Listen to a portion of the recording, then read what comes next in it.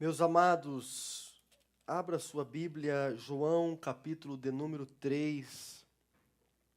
Vamos ler versículos de número 14, 15 e 16.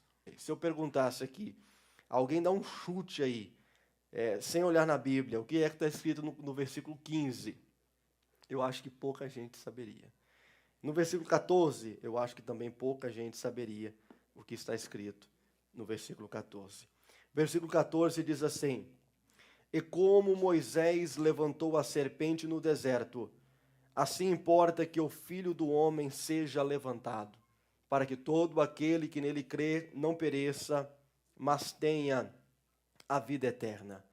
Porque Deus amou o mundo de tal maneira que deu o seu Filho unigênito, para que todo aquele que nele crer não pereça, mas tenha a vida eterna. Amém. Feche os teus olhos comigo por um instante.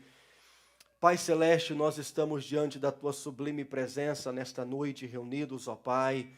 Estamos aqui, ó Deus, para meditar na Tua palavra, estamos aqui para aprender um pouco mais da Tua palavra.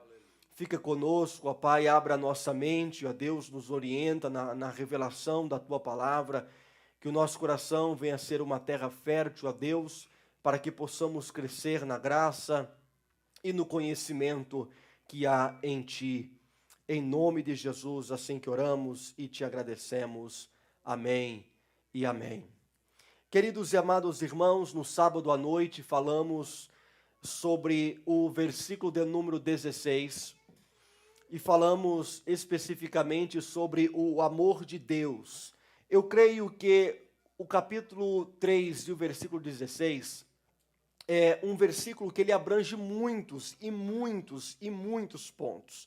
Primeiro, Deus amou o mundo, que deu o seu Filho unigênito. Esse aí já é o terceiro, para que todo aquele que nele crer não pereça, mas tenha a vida eterna. Eu acredito piamente que aqui no versículo de número 16, existem alguns pontos aqui que são pontos essenciais para a vida do ser humano. Ou seja, eu vejo aqui como aqui está a maior necessidade do homem, aquilo que mais precisamos na vida. Também eu vejo no versículo 16 a maior bênção possível ao homem. A maior bênção que existe está aqui também no versículo de número 16.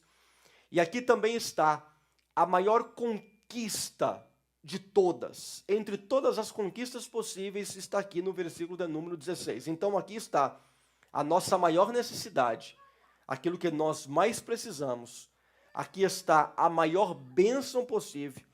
E aqui também está a maior conquista possível. E tudo isso que acabei de citar está baseado no relacionamento, na pessoa de Jesus Cristo, pois o texto diz que ele enviou o seu Filho unigênito. Todavia, eu quero que você preste atenção no versículo de número 16, porque no versículo de número 16 existe uma palavra aí colocada aí no meio, que é a palavra crer. Porque Deus amou o mundo de tal maneira que deu o seu Filho unigênito para que todo aquele que nele crer. Eu quero que você guarde essa palavrinha, porque eu vou ficar nela nesta noite. Existem 3 pontos chaves, repito, existem 3 pontos chaves para esta palavra crer, para esta palavra fé, porque fé, crer, sinônimo, adjetivos, uma outra. Então existem 3 pontos essenciais para esta palavra crer. Crer não é simplesmente uma palavra mágica, não é uma superstição ou superstições, aonde a pessoa ela acredita em alguma coisa baseado em sua superstição. Fé, crer, é muito mais além de tudo isso. Especificamente quando falamos da fé salvífica. Então quero que você preste atenção. A palavra crer, existe 3 pontos essenciais para ela. O ponto número 1, você tem ou você precisa ter conhecimento de causa. Crer, essa palavra, vem carregado de outros significativos, e entre esse outro significativo está a palavra conhecimento de causa. Você tem que conhecer aquilo ou quem você crê. Tem que ter um conhecimento pleno dentro de você daquilo que você crê. Tem que ter um conhecimento pleno dentro de você a quem você está depositando a sua confiança, depositando a sua fé. Para você realmente dizer que crê, para você realmente ter de fato essa crença dentro de você, essa fé dentro de você, você tem que estar alinhado com a palavra conhecimento, ou seja, conhecimento tem que estar alinhado com a palavra crer, com a palavra fé. Deixa eu tentar te explicar um pouco melhor. Existem verdades que devem ser conhecidas para ter fé. É impossível você dizer que tem fé sendo que você não tem conhecimento. Ou seja, as verdades bíblicas, existem verdades bíblicas que têm que ser de seu conhecimento, de seu entendimento, para então você dizer, creio. Eu creio nisso, mas creio no quê? Você tem conhecimento de algo. Tem um fator que alimenta essa sua fé. Agora, não é, quando falamos em crer, como falamos em fé, principalmente no âmbito pentecostal, não é simplesmente sentimentos ou algumas experiências. Eu tenho um sentimento que Deus está comigo, eu tenho um sentimento que isso vai acontecer, eu tenho um sentimento sobre este ponto. Os seus sentimentos, eles são enganosos e nem sempre dá certo. Você pode acordar com um sentimento ruim e acontecer alguma coisa ruim, mas você pode acordar com um sentimento ruim e acontecer uma coisa boa, porque sentimentos são enganosos. Não é também experiências, porque experiências, como eu disse aqui alguns dias atrás, uma experiência com Deus não define uma verdade. Uma experiência que você diz que é com Deus não define que algo é verdade. Existem muitas pessoas, principalmente no nosso Brasil, que eles tiveram experiências com algo e eles dizem que aquilo é verdade, baseado em suas experiências, todavia está totalmente errado. Vai no YouTube e digita assim, visão do inferno. Irmão, o que tem de visão do inferno? Tem gente que coloca a gente lá, sendo que a pessoa talvez não está lá. Tem gente que viu coisa, ou seja, é uma experiência que a pessoa acha que teve, ou é invenção, ou é barriga cheia, ou é barriga de churrasco, ou é barriga de pão, ou é barriga vazia, algum tipo de coisa que, na verdade, não reflete uma verdade absoluta. Agora, existem verdades sobre Deus, sobre Cristo, que deve ser conhecida, para então você estar dentro desta palavra crer. Ou como a história de um homem. Alguém perguntou a um homem, em que você acredita? Aí o homem, sem saber responder direito, ele disse assim, eu acredito naquilo que a igreja acredita. Aí a pessoa voltou a perguntar, mas a igreja acredita em quê? Aí ele responde, nós acreditamos na mesma coisa. Não, então, mas a igreja acredita nisso, e você diz que nós acreditamos na mesma coisa, mas afinal, o que é que você e a igreja acredita? Nós acreditamos no que o nosso pastor acredita. Ou seja, a pessoa está sempre jogando a responsabilidade de sua crença no próximo, mas ele, de fato, não tem conhecimento da verdade absoluta, da Bíblia, das leis de Deus. Ele não tem conhecimento. Ele fica sempre substituindo ou jogando para outras pessoas a responsabilidade de sua crença. Ou seja, é uma fé sem conhecimento algum. É uma crença sem conhecimento algum e não é uma fé bíblica e essa fé não pode salvar ninguém. Um outro ponto essencial, fé também tem que ter consentimento, tem que ter concordância. Crer tem que ter conhecimento. Agora um outro ponto para você anotar aí no seu coração ou num papel ou num telefone. A palavra crer tem que ter conhecimento, só que também tem que ter consentimento, concordância. Ou seja, a fé tem que estar associada a uma concordância da sua parte, que ela é real, que ela é verdadeira. Eu tenho conhecimento, eu tenho consentimento, eu tenho concordância, eu estou dizendo assim, olha, eu acredito, eu estou validando isso dentro de mim. Ou seja, você tem conhecimento de causa e você concorda com tudo. Alguns exemplos. Eu estava vendo uma pesquisa hoje à tarde e a cada 10 americanos, 9 acredita que existe alguém superior, que existe uma divindade. Só que entre os 9 americanos, apenas uma metade, ou quase menos da metade, acredita que o Deus da Bíblia não é, ou esse ser superior, não é o Deus conforme está escrito na Bíblia. 54% dos americanos não acreditam que Deus é como a Bíblia diz, ou seja, eles acreditam que a fé nesse Deus da Bíblia é apenas uma questão pessoal, é uma opinião pessoal. 59% das pessoas na América acreditam que o Espírito Santo é apenas uma força, uma energia, e não é uma pessoa, ou seja, eles têm um conhecimento errado acerca desta pessoa, que é o Espírito Santo. 55% diz que Jesus foi uma criação do Deus Pai, ou seja, 55% acredita que, na verdade, Jesus não é Deus, e ele é uma invenção ou uma criação do Deus Pai. 52% diz que Jesus foi um grande professor, mas ele não era Deus, ou seja, é o conhecimento que as pessoas têm. 65% acreditam que todo mundo pode pecar um pouquinho, mas que no fundo a maioria das pessoas são pessoas boas. É o que elas concordam, é o que elas aceitam, é o que elas acatam para si. Ponto número 3. Primeiro, a pessoa ela tem que ter um conhecimento, ela tem que concordar com esse conhecimento. E terceiro, a palavra crer também está associada à palavra comprometimento. É impossível você dizer que você crê, que você concorda, e você associa isso, e só baseado na sua concordância e no seu conhecimento, que isso aí já é o suficiente para a tua salvação. Você pode concordar e ir para o inferno. Você pode ter conhecimento e ir para o inferno. Então a palavra crer também está associada à palavra comprometimento. Vou aqui citar alguns exemplos para você ter uma noção. Não é ter um conhecimento das doutrinas que te leva para o céu. Não é. Não é estar na lista de pessoas que concordam com as doutrinas, concordando com todas as doutrinas. Não é fazer parte dos 55, 52, 65%.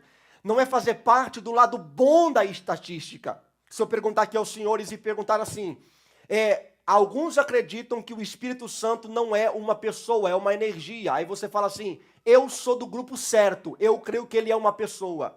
Se eu perguntar aqui, você crê que Jesus ele é Deus, o Criador, ou ele é uma criação do Deus Pai? Aí você fala assim, não, eu acredito que Jesus ele é o Criador e todas as coisas existem por causa dele, vem dele, tudo é dele. Aí você fala assim, eu estou do lado bom das estatísticas, eu não sou como essas pessoas que concordam que têm um conhecimento errado. Todavia, todo esse seu conhecimento correto de alguns pontos não faz de você, não te qualifica para entrar no céu. Porque a palavra crer também está associada a conhecimento, a concordância e a comprometimento. Ou seja, é um compromisso que você tem com Deus. É um compromisso que você tem com a palavra. Você tem um comprometimento. Ou seja, crer é uma união de fatores que é conhecimento, concordância e comprometimento. É ir além das palavras que você conhece. É ir além das palavras que você concorda. Você tem um compromisso e você age, você vive, você luta para viver de acordo com este propósito, com esse conhecimento, com essa concordância.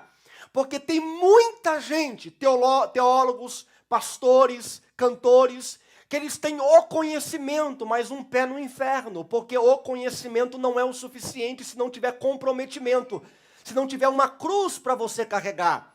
A Bíblia diz assim, todo aquele que nele crê, não pereça, mas tenha a vida eterna. As pessoas dizem, eu creio nele, eu concordo com ele, mas crer em um Deus, simplesmente por falar, sem nenhuma atitude que você crê nesse Deus, sem nenhum comprometimento que de fato revela que as suas atitudes realmente crê nesse Deus, é igual uma criança que chega no dia 24, no dia 23 de dezembro, a criança começa a perturbar o pai, a criança começa a perturbar a mãe, e a criança diz assim: mãe, a gente tem que colocar uma meia na chaminé. Por que tem que colocar uma meia na chaminé? Porque o Papai Noel vai descer pela chaminé e vai me entregar um presente. Eu tenho certeza que o Papai Noel vai descer. Ou seja, a criança, ela cresceu aprendendo aquilo, ouvindo aquilo, e ela crê nisso. Ela tem esse conhecimento, mas é uma ilusão. Ou seja, uma coisa é você dizer, outra coisa é o que as suas atitudes revelam que você é. Se você de fato crê mesmo com atitudes ou apenas palavras de boca para fora. Ou seja, falam do seu amor. E alguns visivelmente falam do amor de Deus, mas vivem longe deste amor e não compreendem. Mas o que é que falta? Falta entender que não existe crer sem compromisso. Não existe crer sem comprometimento. Não existe crer sem uma vida piedosa de verdade que revela que as suas atitudes falam por si só. Eu creio nele. Eu tenho a plena certeza em quem ele é. Eu concordo com quem ele é. E as minhas atitudes e o meu comprometimento também falam por si só. Tem momentos que você tem que entender que a vida cristã, ela não é baseada em apenas Deus amou o mundo de tal maneira para que todo ser humano não pereça. Não, tem um crer aí importantíssimo no meio do texto. Que esse crer também está associado à palavra compromisso, comprometimento.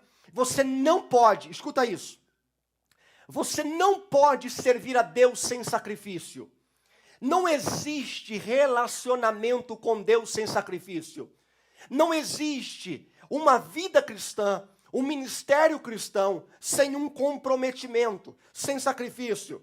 Tem momentos, meu irmão, que você vai ter que sacrificar seu sono.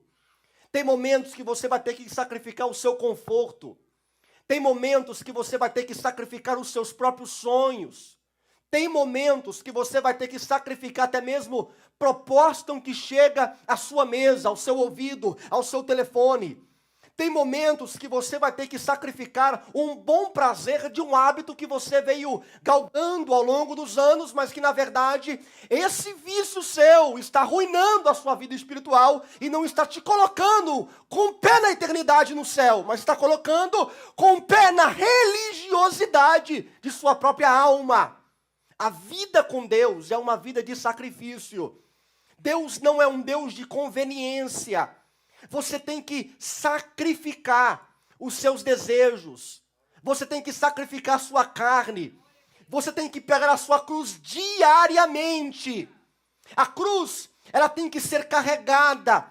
Você não tem a liberdade, como um cristão, de passar em cima da sua cruz e dizer: amanhã eu pego ela.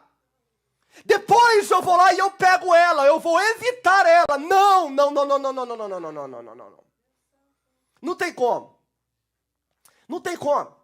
Não tem como você evitar o peso da cruz. Não tem como você evitar a carga da cruz. Não tem como você simplesmente evitá-la, deixando ou pulando ela. É impossível. Você precisa carregar a sua cruz. Você precisa entender que o sacrifício, renúncia, é entregar os seus momentos de prazeres. É viver de olho naquilo que realmente é importante.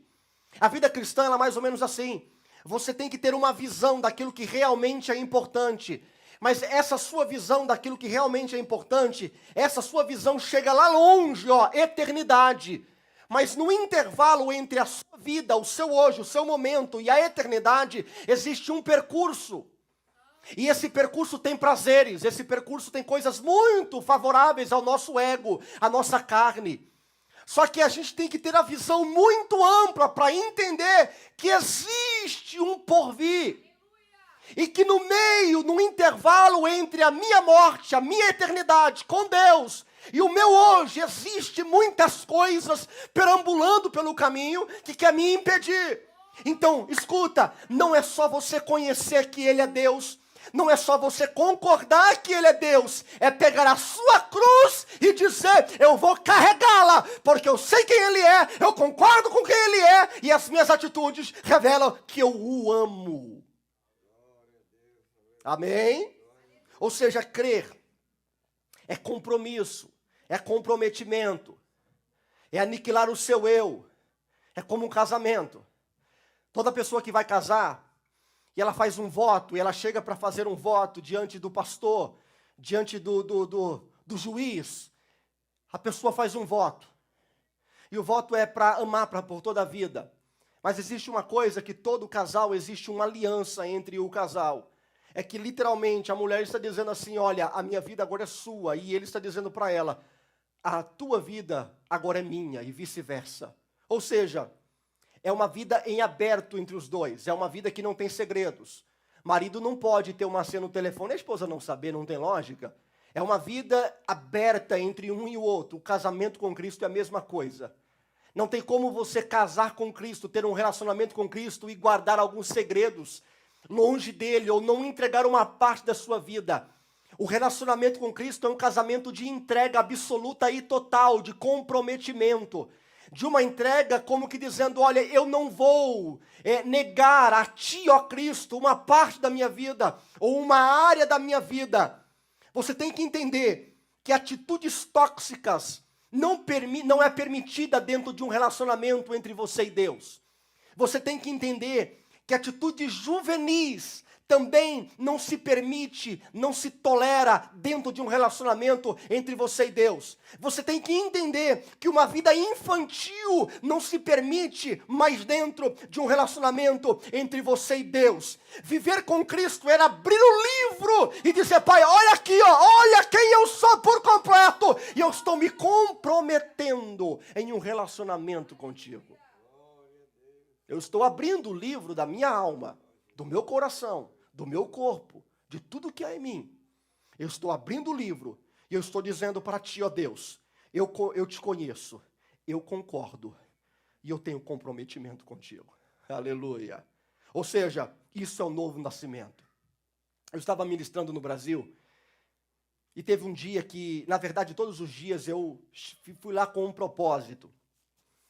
E eu falei assim comigo, sabe, o Brasil tem muitos pregadores, mas eu fui com um propósito em mente, todos os sermões vão girar em torno absoluto de Jesus. Todos os sermões vão girar em torno absoluto da pessoa de Jesus.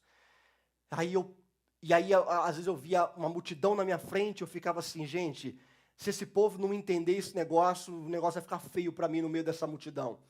E teve um dia lá que eu comecei a ministrar, e eu fui pregar sobre o novo nascimento, algo que eu preguei aqui numa terça-feira, e eu estou pregando sobre o novo nascimento, e prego, e abro o texto, João capítulo 3, mesmo capítulo que nós estamos estudando hoje.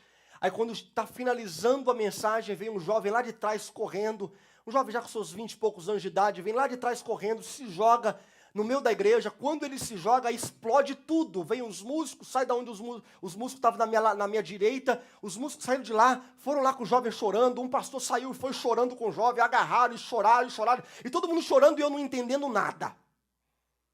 Aí de repente, após o culto, o pastor me chamou, pai do rapaz, o rapaz me chamou, a família me chamou, e eu fui conversar com ele, e ele disse assim para mim, durante toda a minha vida, eu passo a minha vida toda dentro da igreja, mas eu venho com interrogações dentro de mim sobre cristianismo, sobre quem é Deus de fato. E quando você começou a pregar sobre o novo nascimento, aí eu pude entender de fato o que é ser um cristão.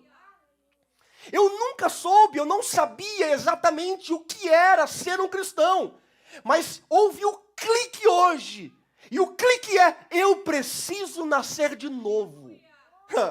Eu preciso nascer de novo. O pai do menino dizia para ele meses e meses, meu filho, o teu problema é que você nunca nasceu de novo. O pai, pastor, dizia para o menino, você nunca nasceu de novo. No dia que você entender o que é nascer de novo, aí a sua vida será diferente. E naquele dia, eu ministrando sobre o novo nascimento, ele, entendi! Entendi o que é nascer de novo. Ou seja, o que nós precisamos não é concordar e nem ter conhecimento. O que nós precisamos é um novo nascimento. E o Espírito Santo dentro de nós vai gerar em você um compromisso, comprometimento. Você vai se doar pelo reino. Você vai rejeitar, lutar contra os seus desejos, a sua carne, porque você nasceu de novo. Você é uma nova criatura. Você é diferente, teve um dia exato que que dia que você nasceu? Eu nasci dia 7 de fevereiro, mas você tem um outro nascimento também. Um dia que realmente a verdade de Deus entrou dentro de você e teve um clique. Ou seja, é o novo nascimento. Então preciso repetir. Precisamos sim conhecer as doutrinas, precisamos saber quem Ele é.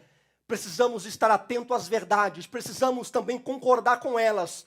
Aceitar elas como verdade, mas não apenas estar do lado bom da estatística. Precisamos ter um compromisso com Deus e seu evangelho. Precisamos, comprometimento. Eu creio que no inferno tem muita gente que conhece a lei de Deus. Eu creio que no inferno tem muita gente que concorda com a lei de Deus. Mas se tem algo que não existe no inferno, é um crente que teve compromisso com Deus. Concorda? Pode ir para o inferno. Conhece? Pode ir para o inferno. Agora, compromisso? Nunca vai ter um crente compromissado nas profundezas do inferno. Porque o que livra o homem de lá é o novo nascimento. E o novo nascimento é compromisso. É comprometimento. Então, no inferno não tem teólogos. Tem pessoas que concordam. Tem pessoas que concordam igualzinho a mim e a você. Tem gente que conhece muito, mas lá não tem pessoas que foram compromissadas com o evangelho. Esse tipo de pessoa não existe. E tem outro ponto. Comprometimento também evita as suas frustrações. Porque, repito, compromisso com Deus é você ter uma visão ampla. Lá longe. E durante esse percurso tem muitas coisas. E essas muitas coisas entre o seu percurso são frustrações que tentam chegar no meio do seu caminho. Então vamos lá. Porque Deus enviou o seu Filho unigênito para que todo... Vou ler versículo 17. Pula comigo para o versículo 17. Porque Deus enviou o seu Filho ao mundo, não para que condenasse o mundo, mas para que o mundo fosse salvo por ele. Quem crê nele não é condenado, mas quem não crê já está condenado. E deixa eu parafrasear este versículo. Jesus não veio ao mundo para condenar o mundo já está condenado. Ele não veio simplesmente dizer assim, vocês estão todos condenados. Não, o mundo já está condenado. Agora escuta, Deus é amor, mas Ele é justiça. Deus não pode deixar que o erro fique impune. Eu venho já falando isso com muita frequência. Deus, Ele é amor, mas Ele é justiça. E Ele não pode deixar que a sua justiça fique impune. É impossível, Deus, porque se Ele deixar que os erros fiquem impunes, Ele está negando a si mesmo. E Paulo, escrevendo a Timóteo, ele fala que Deus não pode negar a si mesmo. Então, ele está como que dizendo, olha, a minha justiça precisa ser ativada na humanidade. E Deus, diz o texto, que Ele não veio para condenar, porque o mundo já está condenado. Abraão pergunta assim a Deus, não faria justiça o juiz de toda a terra? Abraão pergunta, Deus, não faria justiça o juiz de toda a terra? Mas Deus é justo, não tem como Ele não fazer justiça, porque Ele é justo, não existe possibilidade. Então Ele não veio condenar o mundo, pois o mundo já está condenado por sua própria justiça. Versículo 17, agora quem crê nele não é condenado. Ou seja, você já estava condenado e não há nada que você possa fazer sobre essa condenação que já estava sobre a sua cabeça e sobre os seus ombros. Você já estava condenado, irmão. A sentença já estava dada à tua vida. Não havia nada que você poderia fazer para rejeitar, para correr dessa condenação. Não tem como esconder, mudar de país, mudar de cidade, mudar de casa. Você já estava condenado. Aí Jesus chega e Deus fala assim, olha, agora quem crê nele, toda condenação é desfeita, porque ele conhece, concorda e tem compromisso. Deixa eu tentar te explicar. Vamos lá. Você está na sua casa, você compra um gato, e você ama aquele gato. Você dorme, né, Zenaide? Você dorme com o gato, o gato dorme no sofá. O gato tem a liberdade para entrar com todos os cômodos da casa. O gato faz o que ele quer. O gato sai para fora a hora que ele quer. O gato entra a hora que ele quer. Aí, certo dia, você está lá na porta da entrada e, de repente, chega o gato para querer entrar dentro de casa. Todavia, o gato está com um problema. O gato está com um rato na boca. Aí lá vem aquele gato que lutou por aquele rato, correu atrás do rato, e correu, e correu, e correu.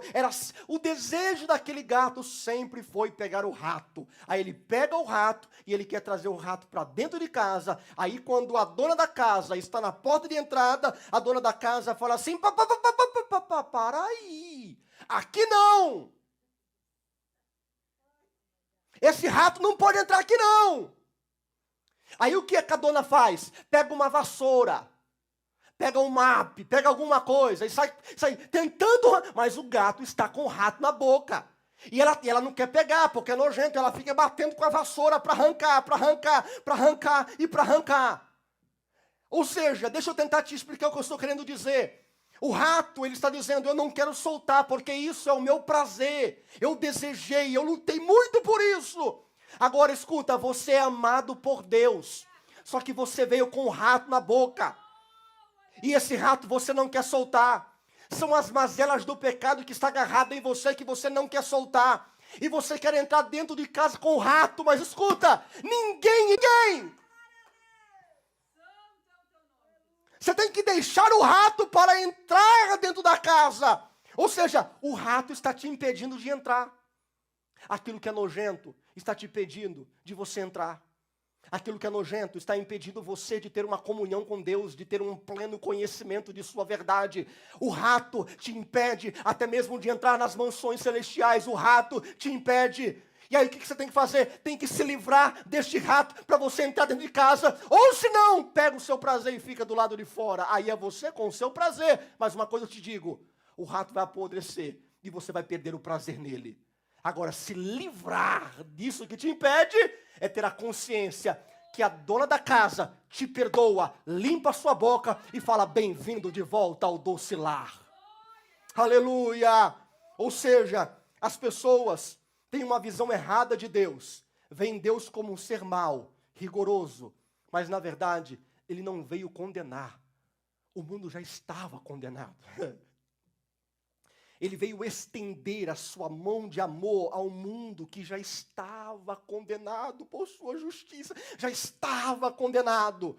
E Deus veio e estendeu a mão a um povo mau. Carregava rato na barriga, na boca. Tinha uma feira de rato, né, Priscila? Lá na África tem uma feira de rato, uma delícia. Ou seja, ele foi e estendeu a mão para dizer, eu quero limpar você, eu quero te purificar. Eu quero que você seja limpo. É como, não sei se você já leu ou pesquisou a história do Titanic, mas no Titanic tinha aqueles salva-vidas. E os primeiros salva-vidas, devido ao tumulto e à bagunça, eu não me lembro agora o número, mas o salva-vida comportava número X de pessoas. Vamos supor, 100 pessoas comportavam um salva-vida. Entrava apenas 30, 20. E aí estava ainda aquele salva-vida em pleno oceano e as pessoas lá atrás afogando. Simplesmente porque não teve a oportunidade de entrar naquele salva-vida. Mas escuta algo, nesse barco de Jesus tem espaço para todo mundo. E ele está dizendo, vem aqui entrar no meu salva-vida, que eu quero fazer algo novo na sua vida.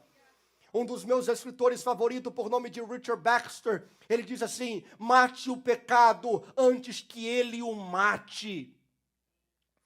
Mata o pecado existente em você antes que o pecado mate você.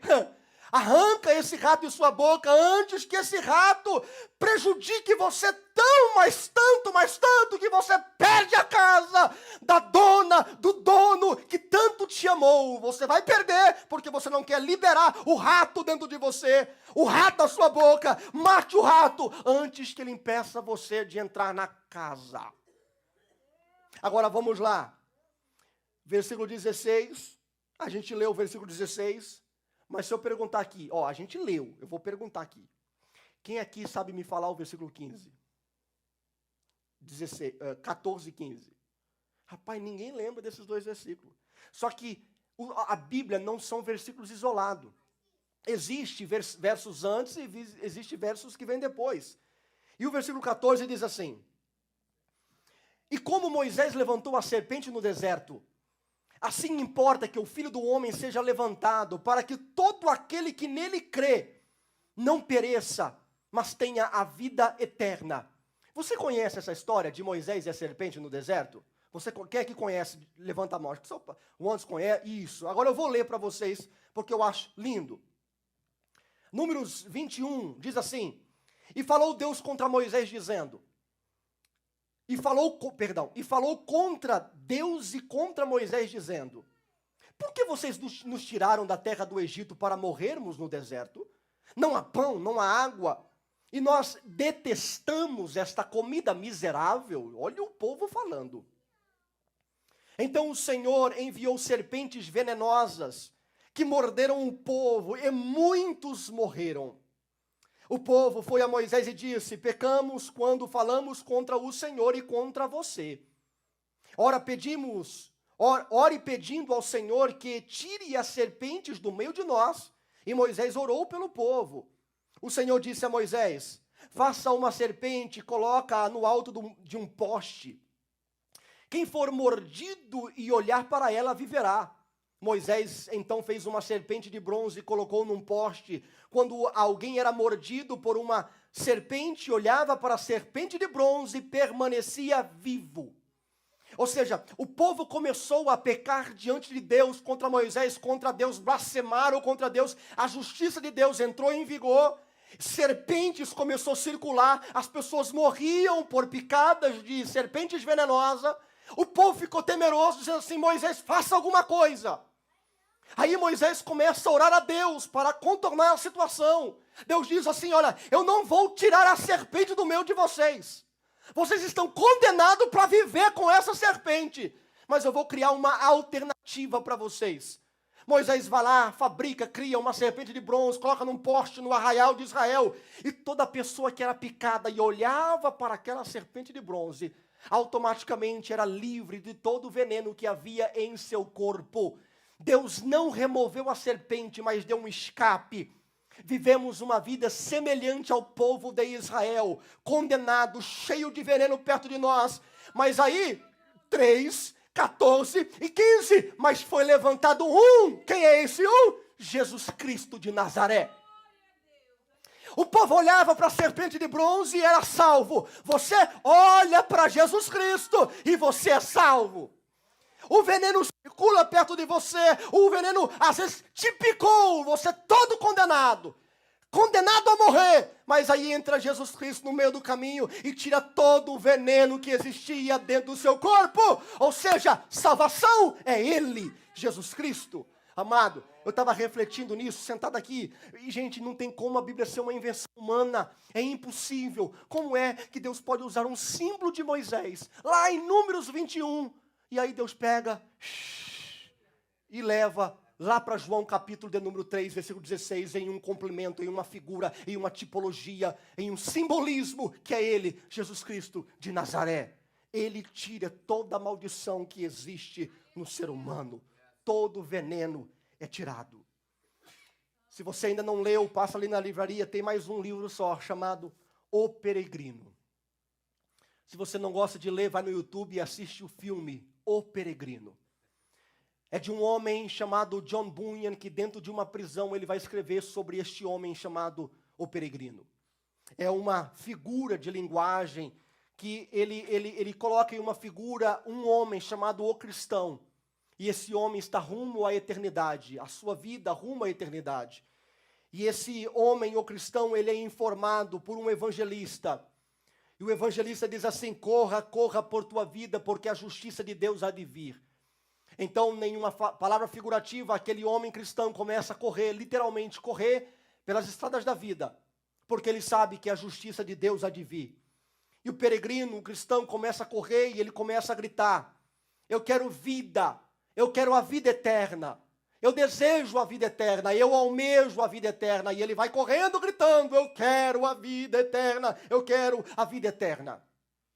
Aí no livro, O Peregrino, as pessoas passam perto do cristão, do peregrino, e diz assim para ele: você é louco, você é um lunático, você é um radical, fanático. Você está aí gritando que quer a eternidade. Você está doido? Escute, o mundo evoluiu, mas o mundo continua o mesmo. Toda vez que você tem um compromisso e você fala com você mesmo: eu quero um comprometimento com Deus, vão te chamar de lunático, vão te chamar de fanático, vão te chamar de todos os nomes possíveis. Mas escuta, o próprio peregrino, ele dizia assim, ou as pessoas diziam a ele: você está perdendo os prazeres da vida. Você está aí correndo, gritando eternidade, você está perdendo os prazeres da vida. Mas o que ele respondeu no livro me chamou a atenção, eu anotei.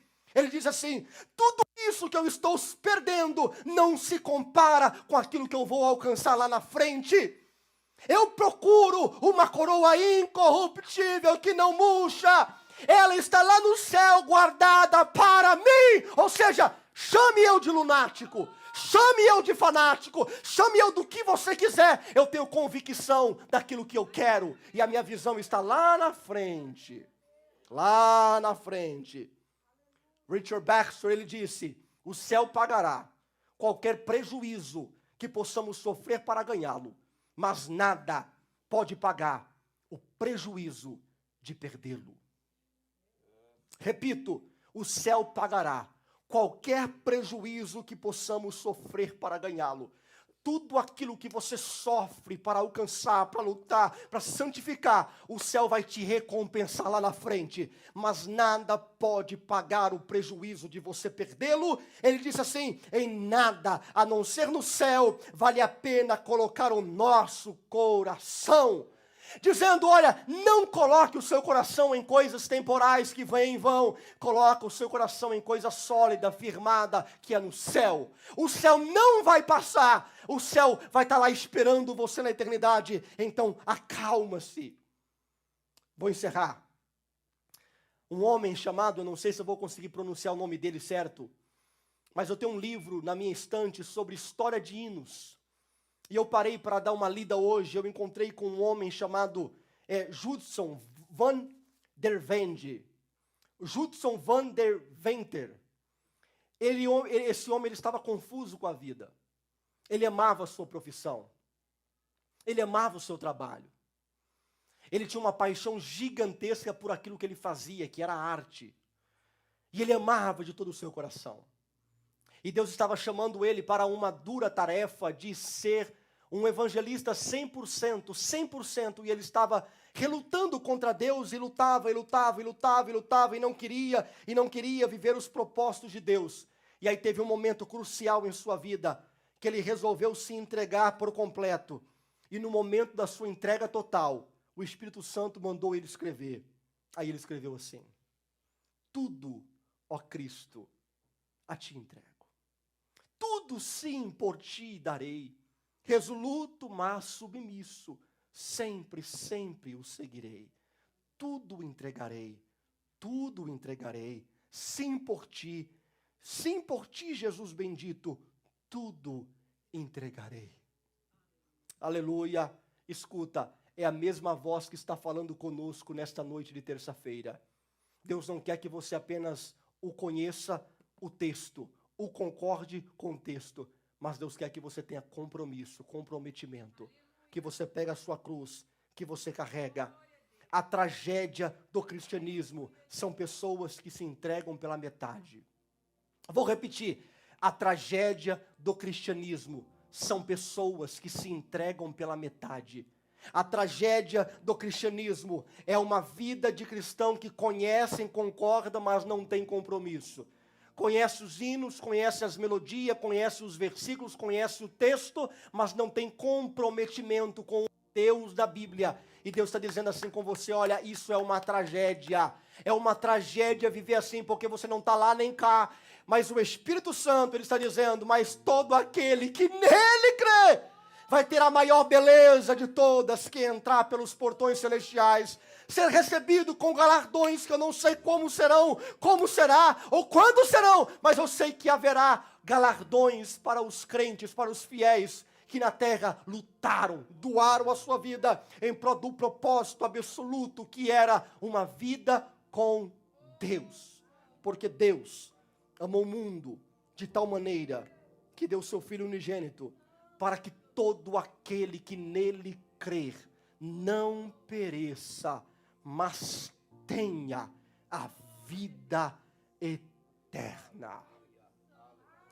Para me encerrar, numa das fases mais difíceis de um homem, eu acho que o seu nome eu esqueci agora, mas acho que é George Bernard.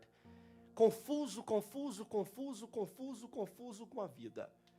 Mas de repente, ele recebe um abraço de Cristo.